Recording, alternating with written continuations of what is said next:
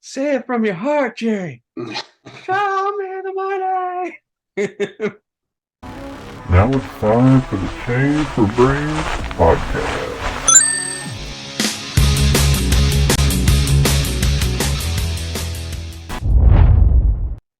Hey guys, and welcome back to the Change for Brains podcast, a podcast where two regular guys share their thoughts, or nickel and dime thoughts and opinions on a variety of subjects. And at the end of the day, you just got to ask yourself, does any of it make sense? And one of these days, I will get that line correct on the first try. But you know what? We're going to keep it original here. And I'm just going to leave that in.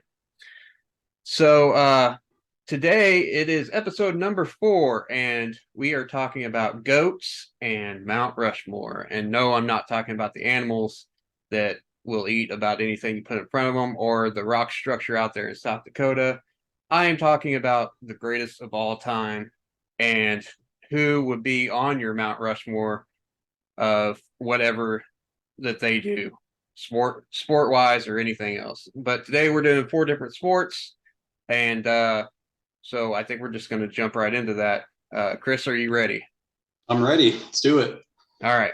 The first subject is going to be MMA. Do you want to go first, or would you like me to go first?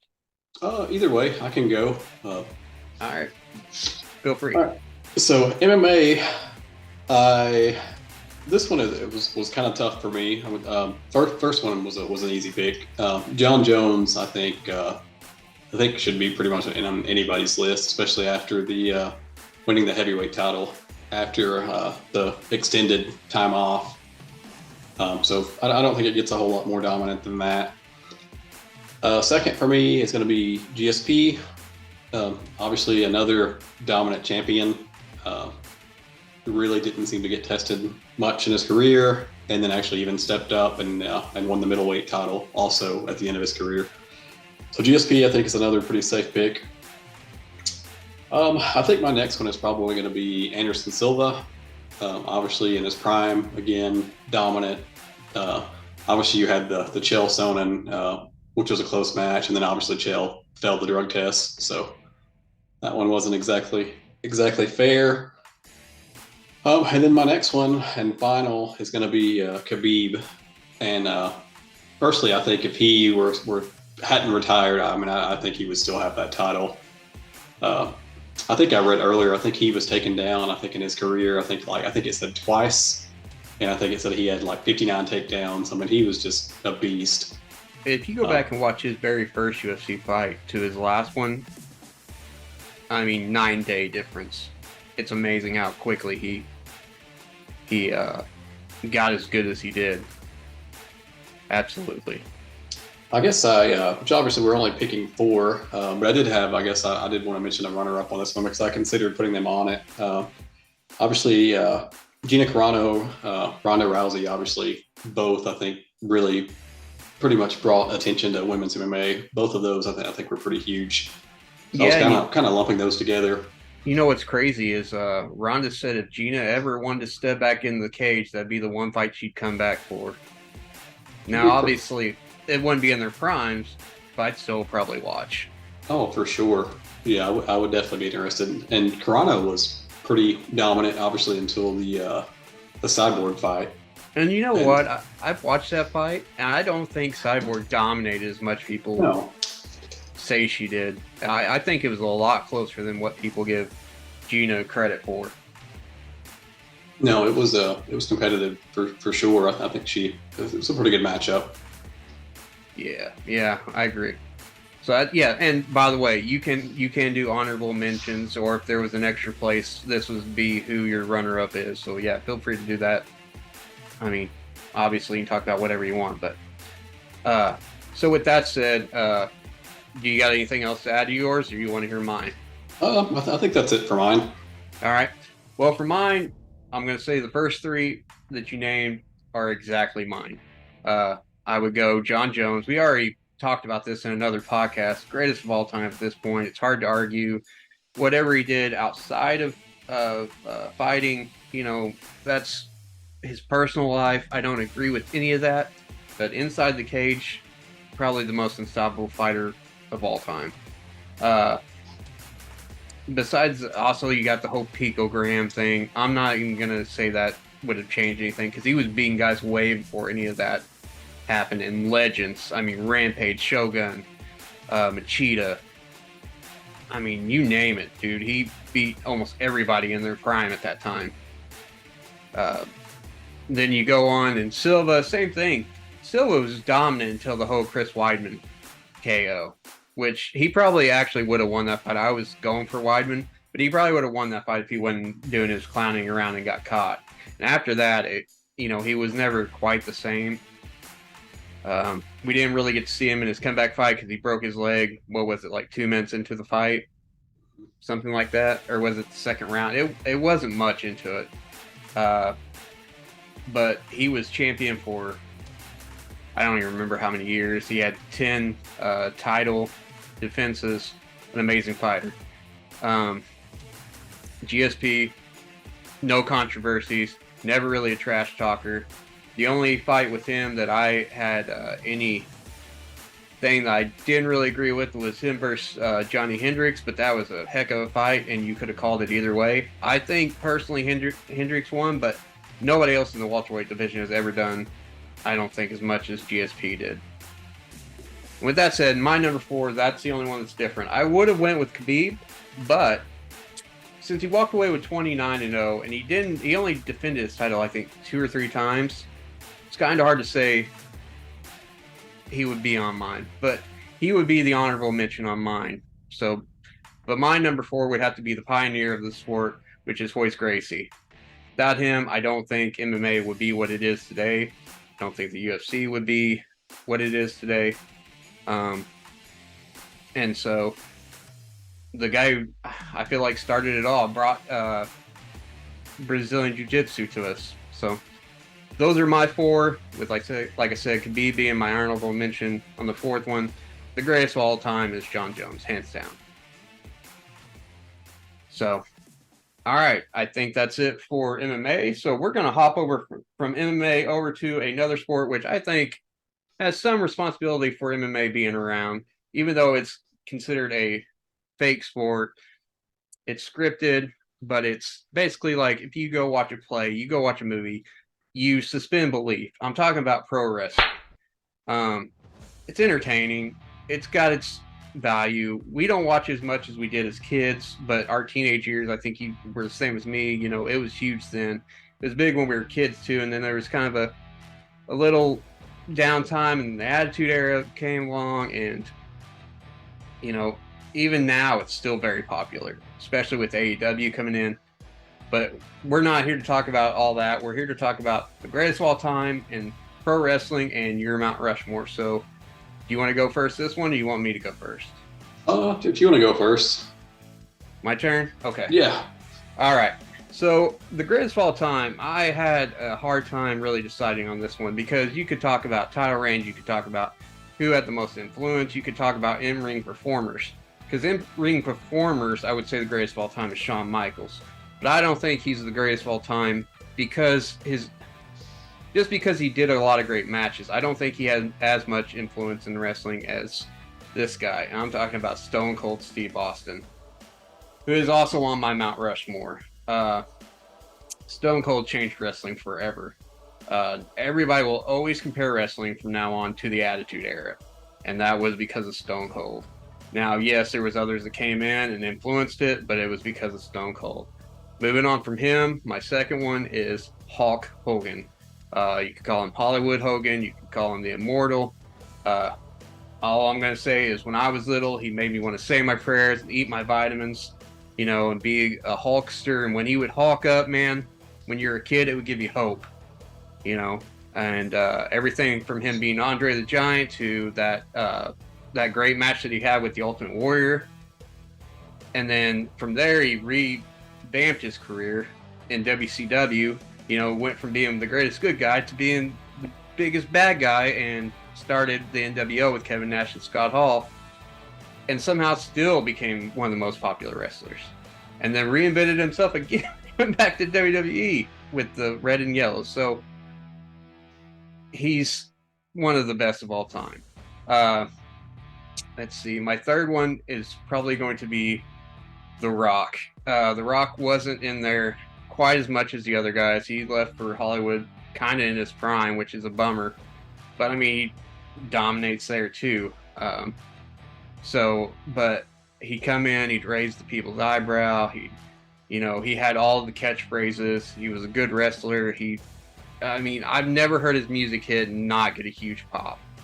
So, I mean, if I were to show somebody wrestling for the first time, Stone Cold and The Rock would be the two guys I'd probably show.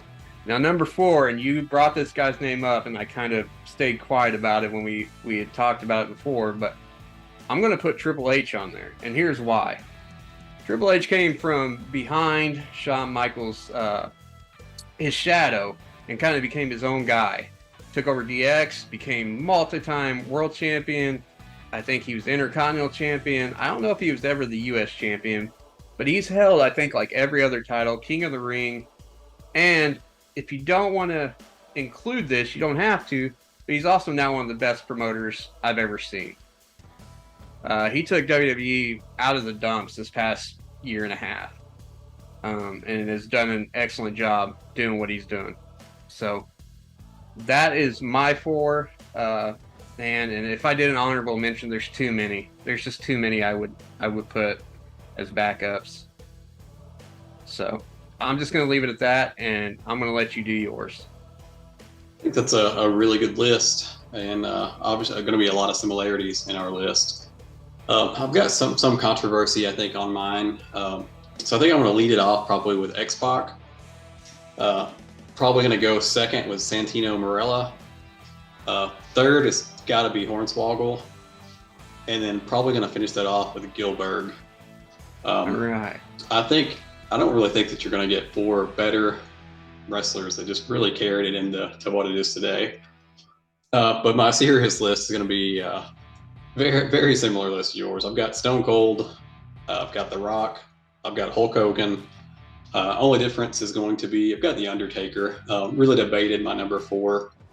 Obviously, the whole 21-0 thing, the streak that they had going for a long time, and carrying WrestleMania. I mean, obviously, The Undertaker was huge, I think, for wrestling. So, I think I'm going to leave everything else the same, pretty much the same reasoning. And then, like I said, Undertaker is going to be my difference. We did, like we talked about earlier, Triple H was definitely he was probably going to be my number 4. I flip-flopped on that one, but finally went with The Undertaker. Yeah, a lot of people say, Austin and The Rock were the 2 main guys of the Attitude Era. Triple H was right up there with them. And Kurt Angle, too, technically. Kurt left a little bit early, too, during the Attitude Era. But those 4 guys were kind of like, any of those 4 could be the champion at any given time. One guy I noticed that we didn't mention, and we might as well bring him up real quick, is Ric Flair. 16-time, greatest of all time to several. Not on my list. I didn't grow up with him, but I understand and I respect his legacy. And I'll leave it at that. Do you want to add anything, feel free. If not, we're going to move on. I'm good with moving on. All right. So the next one, we are going to do NBA, which we've kind of both been following, most of our lives. With this one, there's so many arguments for so many players, but I think I've got my 4. Do you want to go first on this one, or you want me to go? I can go first. All right, we'll just go back and forth, then. That's fine. Yeah. So this one I've got, and my number 1 is far above the other 3 for me, and that it's going to always be that way. Some of the people that they've kind of put into the mix on the greatest of all time. I don't think you beat Michael Jordan. So I'm going to have Jordan number 1, and there's a big gap for everybody else, and it's kind of always going to be that way. I've got Kobe Bryant, actually, number 2. I think it would be hard to leave him off of the Rushmore. The next one is going to be a little bit more controversial, I guess, but at the same time, I think the most dominant player ever in that position, and that's going to be Shaq. Just really dominant center. There's really no stopping him. And then my fourth one, and I've debated this one. He's going to be pretty much on anybody's. I'd say probably top 10 all time. But I've got Larry Bird number 4. Wow. So that one, a little bit of a mix up there at the end. But those are my 4. Did not include LeBron. The lonely white guy at the end there. I did throw in the lonely white guy. He was a beast at threes, though. I mean, he was like that era's Steph Curry. He wasn't hitting them from like anywhere on the court, but he was known as the 3-point shooter back then, or a shooter basically. He wasn't really known for dunks and whatnot. But okay, so my list is pretty close to yours. The first 3 are exactly on mine. Actually, I had Shaq as 4th. Michael Jordan, yeah, it speaks for itself. I don't care what anybody says. He'll always be the greatest in my book. Kobe, probably as close as you can get to second. And then I know a lot of people, I don't like how much he whines sometimes and flops, but I got to give it to LeBron James. I mean, the guy, he is a workhorse. He just whines so much, and he'll leave a team try to win a championship. I don't like that. I'd rather have a loyal person on there, but he did just beat the all-time scoring record. I don't know how many championships he has. 2 or 3, I think. He's definitely up there. So, and then number 4, as you said, mine is Shaq. Yeah, I mean, some way you see like Wilt Chamberlain was better, this person that better, this that. Shaq redefined the center position. First guy to really start shattering backboards. He was so big, nobody could really hold him back, so they would just foul him. His only downfall was his free throws. I mean, that guy couldn't hit a free throw to save his life for the longest time. So, but besides that, I got nothing else to say about him. I mean, he was that good. So now we're going to move on to our last subject on this, which will be NFL quarterbacks. Now, we could have did any NFL players, but there's so many different positions and so many different players to choose from. It would have been hard to just pick 4. Quarterbacks, that brings it down a little bit. So, greatest of all time, hands down, and I'm not a fan of his, but I am a fan of his work and his work ethic and working with what he has had throughout the years, and that's Mr. Tom Brady. Guy, I think it said he had started 10 Super Bowls. That's crazy when you think about it. He's played for 20-some years, so almost half of his career he's been in a Super Bowl. Now, he's only won 6 of them, but I think he's been to more Super Bowls than any other quarterback in history. My second one is going to be Joe Montana. Kind of speaks for itself. I don't know his stats right off the top of my head. I know before Brady was talked about, Montana was the guy. I mean, some people would talk about Bradshaw, but like Montana was always the name I heard growing up, and he was the greatest quarterback of all time, and he won this, he did that, and so I have to put him up there as well. My third one, I'm going to go with John Elway. We talked about it a little bit earlier, but I think I agree with everything you said. He was impressive with what he did while he was playing. He's another one. I don't know all of his statistics. He was a little bit before my time, so when I started watching, but just by looking him up and seeing some of the stuff he did, it's very, how can you deny the guy? Now, my fourth one, this is where people are going to probably say, oh, he's going to go with Peyton Manning. I'm not.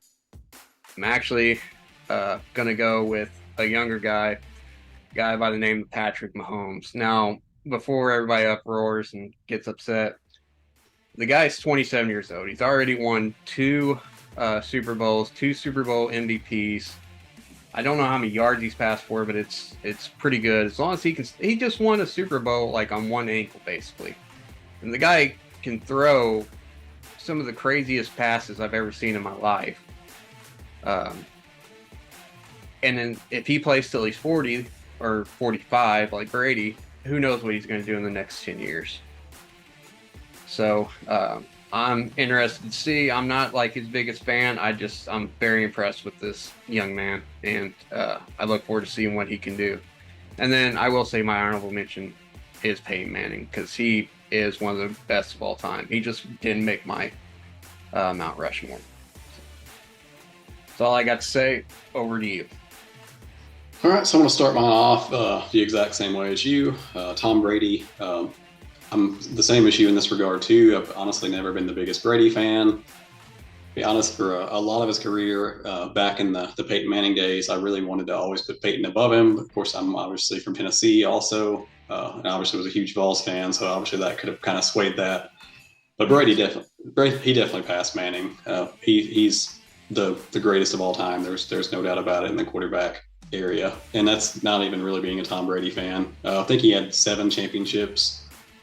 I don't think you're gonna really top him. I do actually have Peyton Manning number 2 on my list.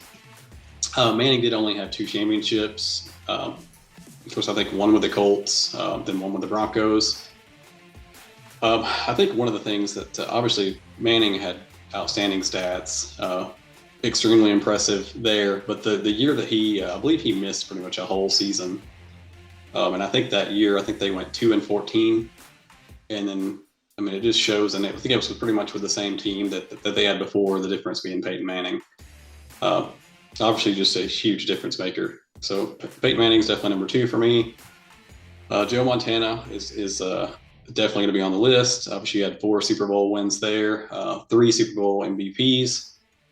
And then actually going to be the same here. Also had John Elway. I think he had 2 Super Bowl wins. Mm-hmm.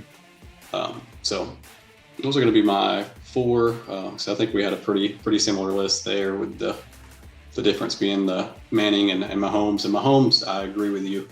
He's going to have, as long as he stays healthy throughout his career and plays a pretty long career, his stats are going to be insane. And definitely several more Super Bowl wins coming for him also. All right. Well, with that said, then we're going to get to our movie segment that we do every week. Your movie line, and this kind of can play into the whole sports situation, I guess you'd say. It's a pretty popular movie, though it is about 25 years old. I think it came out in 1996. I'll give you too many clues. And the line is, they're talking on the phone. He goes, I want to hear one thing from you. He goes, Jerry, show me the money. It's been a while since I've seen that one, but I think that's Jerry Maguire. It is. I wasn't going to act out the whole yelling. Say it from your heart, Jerry. Show me the money. Or he's screaming in his office. Your quote from the movie, actually including Jerry, kind of helped a little bit on that one. I probably would have got it anyway, but yeah, it's first name helped a little. Good old Tom Cruise talking to Cuba Gooding Jr. And it's a great movie, by the way. I don't know what your thoughts are on it, but it's a solid movie. And it is, for sure. I highly recommend it.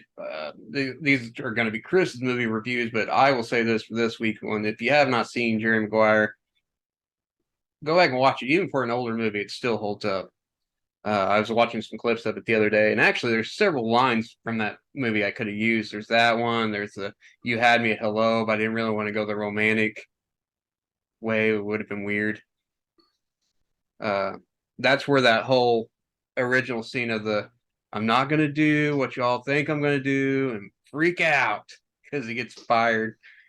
And I won't give away any more spoilers. If you haven't seen it, go watch the movie. It's a great movie. That's it, Chris. It's time for your movie reviews, so feel free and take it away. All right, so this week I watched Shazam! Fury of the Gods. So this one, from what I'm hearing, definitely did not have a great opening weekend at the box office. Looks like I'm reading 30.5 million. and it says that it was playing in 4,071 theaters. So definitely not a great opening weekend for a blockbuster. Something that they were, I'm sure, expecting a lot more. This one I'm going to do something a little different. I'm going to just kind of give off some of the scores from a couple other places here. So it looks like Rotten Tomatoes, 52% on this one. IGN's got it 7 out of 10, so they actually gave it a decent rating. GameSpot has it 6 out of 10. And I'm really surprised at this one. So Google user ratings on this one, actually 90% liked the movie. Wow. So little surprised with that. I wouldn't have expected that. So this one, just quickly, the plot. Obviously, you've got Zachary Levi's character, Billy Batson, and then the fellow foster kids are basically teaming up against three ancient gods that arrived to Earth, and they're basically battling it out. This one, it's kind of obviously a family movie like the other. And to kind of lead into this, I'm not really going between DC and Marvel movies. I'm not like a diehard fan either way. Some Marvel fans seem to hate every DC movie and vice versa on that. Yeah. I'm not really that way. So obviously I really don't care whether it's DC or Marvel. I've liked some from both. But this movie was really lacking to me. Really found myself getting pretty bored throughout. And I think Zachary Levi, did a pretty good job. There's a little bit of humor, but obviously the first movie I thought had a lot more laughs than this one. I said again, this one I did find myself losing interest a lot more than expected. If I had to rate this one, probably would say maybe like 55 cents out of $1. So yeah, not an outstanding rating for me. Yeah, and that's basically what I've heard too from like anybody that has posted about the movie and whatnot. I've seen nothing but low, and it kind of makes me wonder if it's because of the whole The Rock and Superman thing and whatnot. People are kind of boycotting DC right now, or if it just the movie was really that bad and word of mouth got out, or what the situation is. And honestly, Shazam is his main nemesis, from my understanding, is Black Adam. So it should have been Shazam versus Black Adam, either in the first or second movie. So maybe that has something to do with it. I don't know. I think you're probably onto something with the fact too that obviously the new direction that DC's going with Gunn and everything. Obviously, we know that some of the actors and some of the direction that they were going before, we know aren't going to be moving forward. I think that could be a little bit of the lack of interest. And obviously, from what I've heard, I think The Rock is probably nothing else going on with Black Adam, or it's kind of what I've heard anyway. Yeah, he said he's stepping back from it for now, but we'll see what happens in the future. I heard the Flash movie was supposed to be actually pretty good. I seen some people had seen an early pre-screening of it and got pretty good reviews. So I've actually been looking forward to that one, and despite the actor being absolutely insane and being a complete crazy person, but overall, I'm actually looking forward to the Flash movie.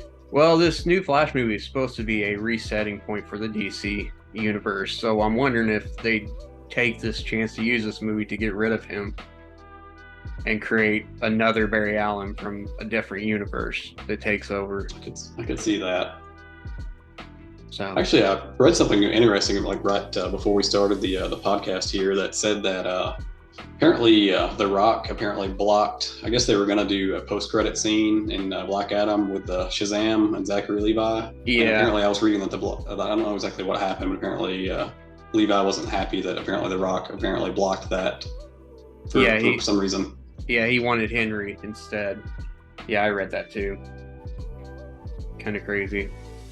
Well, I guess we'll see what happens with it. They got a long way to go to catch up with Marvel, but the last few Marvel movies have been okay, but I wouldn't say they're like the last phase was so good, it's kind of hard to match. So we'll see. Anyways, plenty more movies to rate in the future, I guess.